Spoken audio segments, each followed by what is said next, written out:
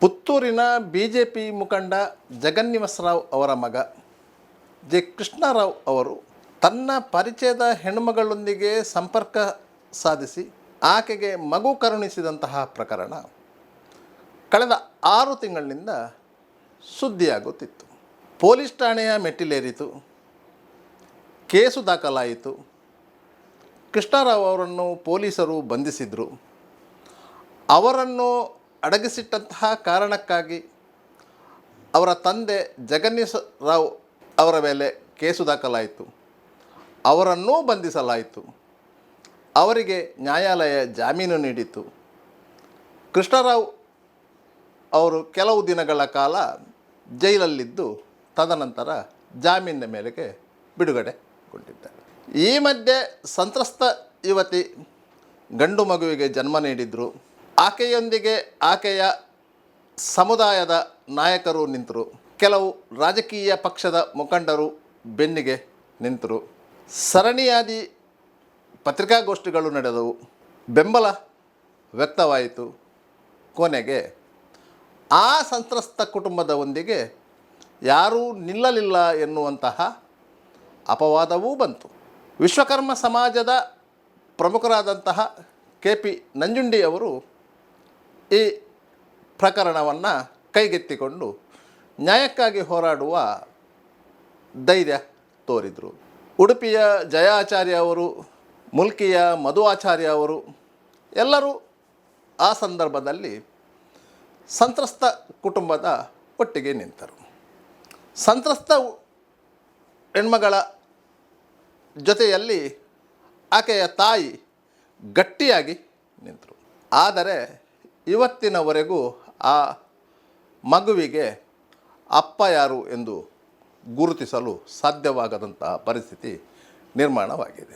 ಸಾಮಾಜಿಕವಾಗಿ ಒಂದು ಹೆಣ್ಣು ಮಗಳು ಮದುವೆಯಂತಹ ಕಟ್ಟುಪಾಡಿಗೆ ಒಳಗಾಗದೆ ತಾಯಿಯಾದರೆ ಸಮಾಜ ಆಕೆಯನ್ನು ಯಾವ ರೀತಿಯಲ್ಲಿ ನೋಡುತ್ತದೆ ಎನ್ನುವುದಕ್ಕೆ ಈ ಪ್ರಕರಣವೊಂದು ಉದಾಹರಣೆಯಾಗಿ ನಿಲ್ಲುತ್ತದೆ.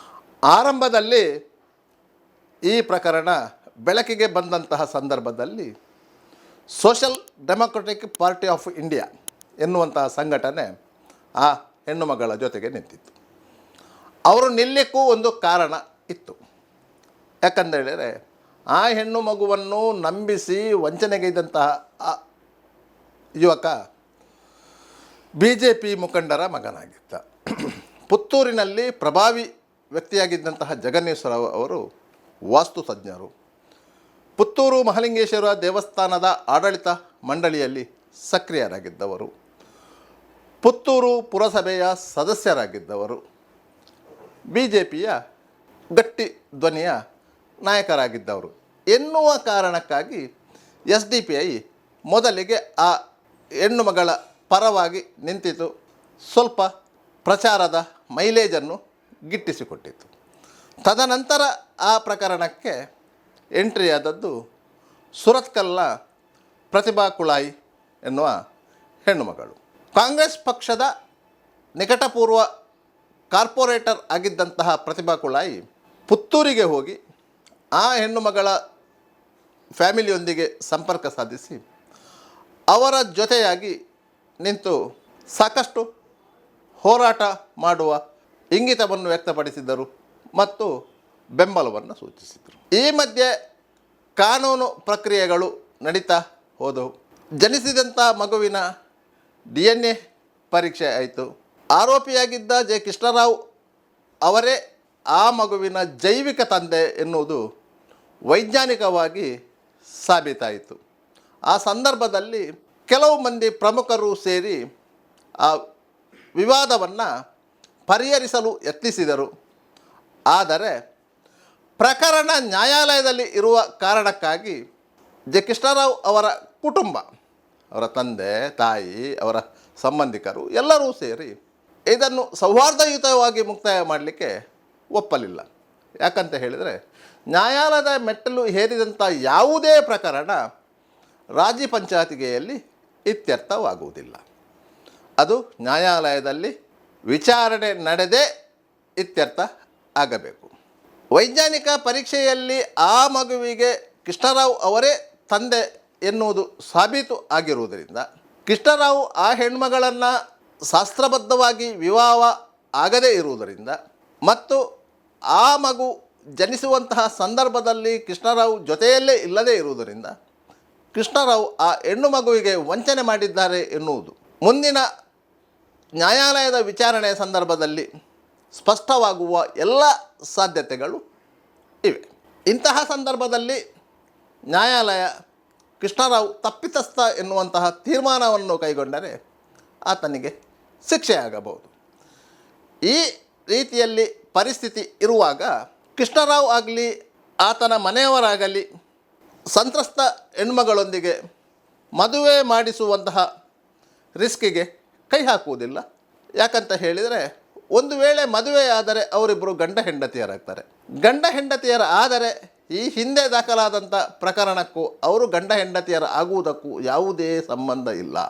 ಚೆನ್ನೈ ಹೈಕೋರ್ಟಿನ ತೀರ್ಪಿನ ಪ್ರಕಾರ ವಿವಾಹ ಪೂರ್ವದಲ್ಲಿ ಆದಂತಹ ವಂಚನೆಗಳಿಗೆ, ಅತ್ಯಾಚಾರ ಪ್ರಕರಣಗಳಿಗೆ ಆ ಪ್ರಕರಣದಲ್ಲಿ ಅವರಿಬ್ಬರು ಅಂದರೆ ಸಂತ್ರಸ್ತೆ ಮತ್ತು ಆರೋಪಿ ಪರಸ್ಪರ ಸಮ್ಮತಿಯಿಂದ ಮದುವೆ ಆಗಿದ್ದರೆ ಮೊದಲು ಆದಂತಹ ತಪ್ಪುಗಳಿಗೆ ಪರಿಹಾರ ಅಲ್ಲ ಎಂದು ಹೇಳ್ತಾರೆ. ಒಂದು ವೇಳೆ ಸಂತ್ರಸ್ತ ಯುವತಿಯನ್ನು ಕೃಷ್ಣರಾವ್ ಮದುವೆ ಆದರು ಅಂತ ಇಟ್ಟುಕೊಂಡು ಸಹ ಕೃಷ್ಣರಾವ್ ಮೇಲೆ ದಾಖಲಾಗಿರುವಂತಹ ವಂಚನೆ ಪ್ರಕರಣ ಏನಿದೆ ಆ ಪ್ರಕರಣ ನ್ಯಾಯಾಲಯದಲ್ಲಿ ಇತ್ಯರ್ಥವಾಗುವುದಿಲ್ಲ. ಕೃಷ್ಣರಾವ್ ಆ ಮಗುವಿನ ಜೈವಿಕ ತಂದೆ ಎಂದು ವೈಜ್ಞಾನಿಕವಾಗಿ ದೃಢಪಟ್ಟಿರುವುದರಿಂದ ಅದನ್ನು ನಿರಾಕರಿಸಲು ಸಾಧ್ಯವಾಗುವುದಿಲ್ಲ. ಇಂತಹ ಪರಿಸ್ಥಿತಿಯಲ್ಲಿ ಆ ಹೆಣ್ಮಗಳ ಪರವಾಗಿ ನಿಂತಹ ಎಲ್ಲ ಹೋರಾಟಗಾರರು ಸಹಜ ರೀತಿ ಎಂಬಂತೆ ಹೋರಾಟದಿಂದ ಹಿಂದೆ ಸರಿದಾರ ಎನ್ನುವಂತಹ ಸಂಶಯ ಮೂಡಿದೆ.